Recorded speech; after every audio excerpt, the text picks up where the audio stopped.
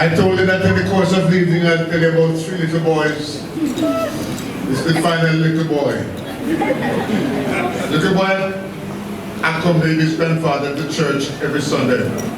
But as soon as the old man went to church, he sat in the front row and he would fall asleep. And he would snore loudly, disturb the minister. The minister called the little boy after church one Sunday and he said, "Your grandfather is disturbing me with his snore. I'm going to, for each Sunday that to keep him awake, I'll give you $1. Okay, that's a plan. First week came, after that, the old man did not fall asleep. At the end of the service, the pastor gave him his $1. Second week, the old man still was not snoring. At the end of the service, the pastor gave the little boy his $1. The third week, the old man was fast asleep and snoring.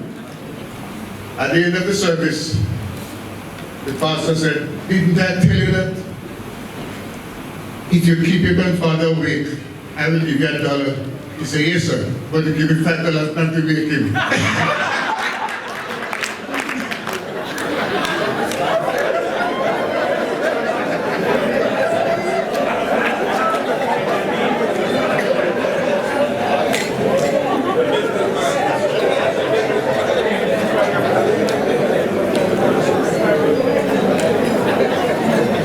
Okay, we'll have some toast now by the children.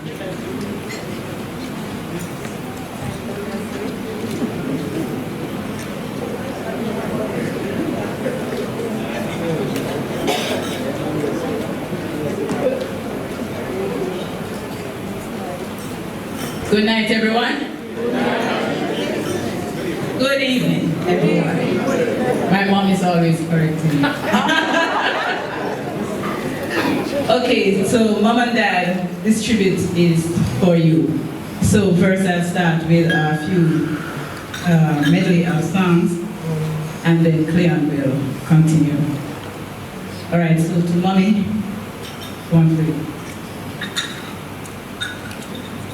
I don't know why that he loves you. I don't know why he cares.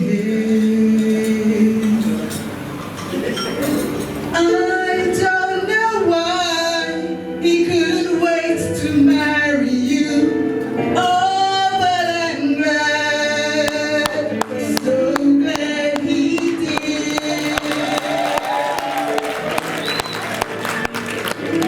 Where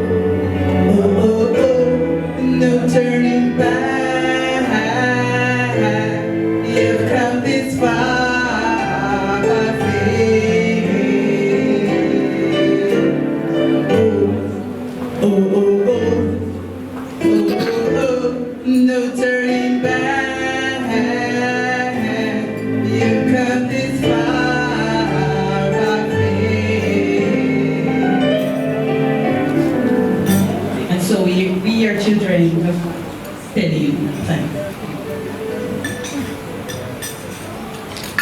How can we say thanks for the things you have done for us? How can we say thanks for the examples you have shown to us?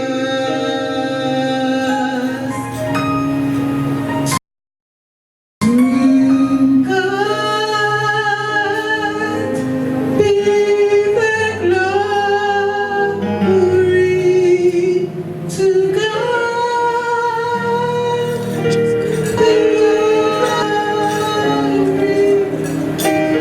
God be the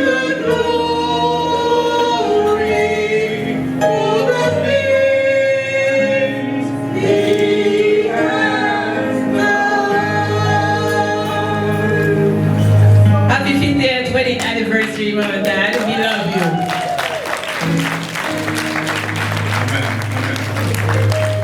So, there's, I don't know if this is a wise gentleman who once said, it has been said that the secret to a happy marriage is, well, it's just that, a secret. Nobody knows. But however, this afternoon, I'm going to try to reveal to you a few of the secrets that I have observed between Mom and Dad over these 50, well, sorry, I've only known them, I've known them for 50 years, so I've known them for a few years short of that. But I imagine that they have continued, that these things were there before.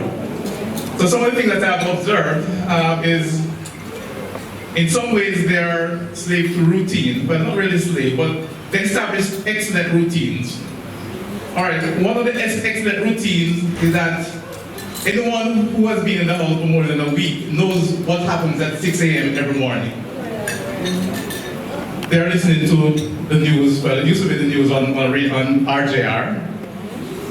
It goes from 6 o'clock to 6:10, and then as soon as the news ends, you hear them having a devotion in the room. And after devotions, they always end devotion with prayer. But even though we're not in the room, we hear them praying. And then after that, their day starts. So I believe that is one of the secrets that has kept them so long, in helping to build the foundation of their faith and to display it to all on, all and sundry. Especially for those who have to stay, however, at home for a weekend. You know what happens on Sunday morning between 7 and 8. All right, Baldwin? No, it doesn't matter how old you are, it doesn't matter what time you came in on Sunday night, on Saturday night, you know that on Sunday morning, sometime between 7 and 8 is family devotion, and no matter how young you are or how old you are, you're going to be called to come to a devotion. Last week. Yeah. So, as Alvin said, up to last week, I spent Saturday night there and he was called to come downstairs for for devotion. No excuse, age is not an excuse. Where you were on Saturday night is not an excuse. There are many other things I could tell you. I could tell you about all the fights that they have had, but that's not really true. Because if they did fight, they made sure that they did it in private, not in front of any of us. None of us know about any of the disagreements that they have had. But I guess we're old enough to know that there must have been one or two, an occasional disagreement somewhere. But we really don't know. We are only assuming. Another thing that I have observed is, well, for them to have survived 50 years together, you know they must have loved each other. But more than their love for each other is their general love for people everywhere. Yes.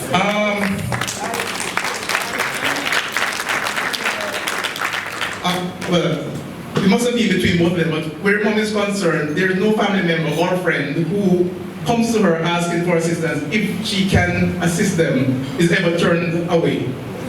Even though they only had 3 children, and even though growing up, Alden left the nest from 79, so but I can recall that there have always been somewhere between 7 and 10 or more persons living at home at any time.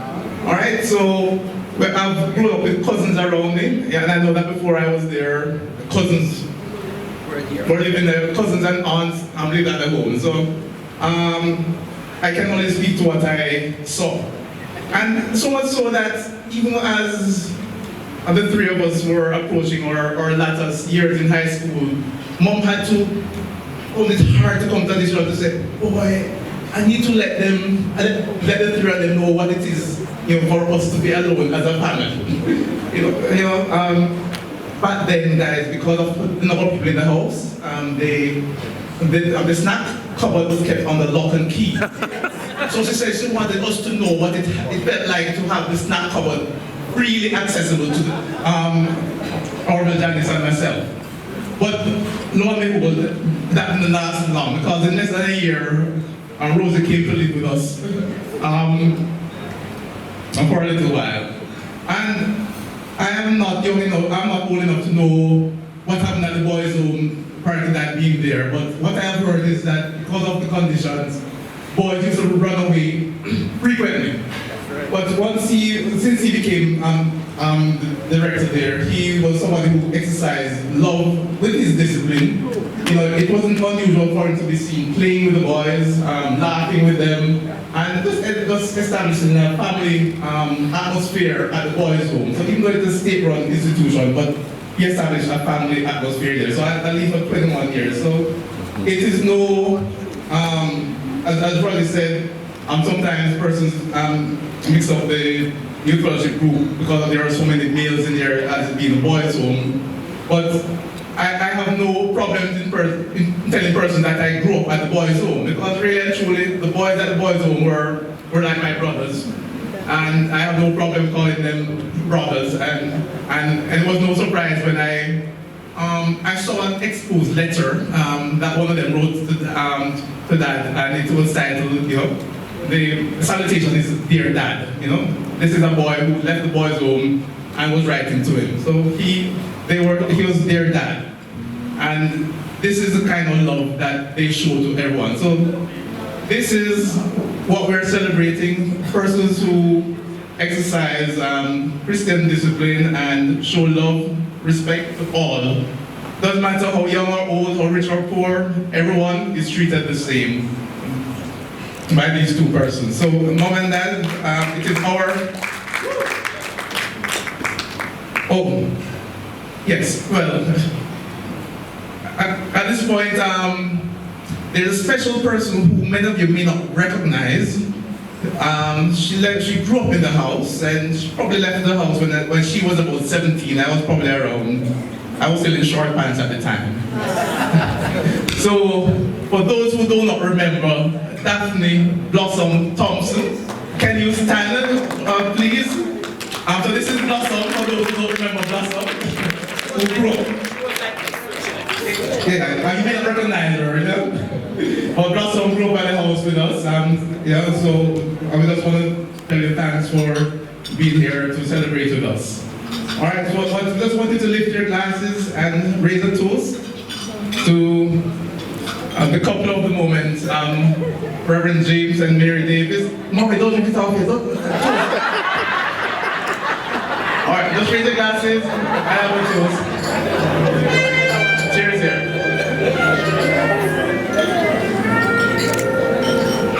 How glad the many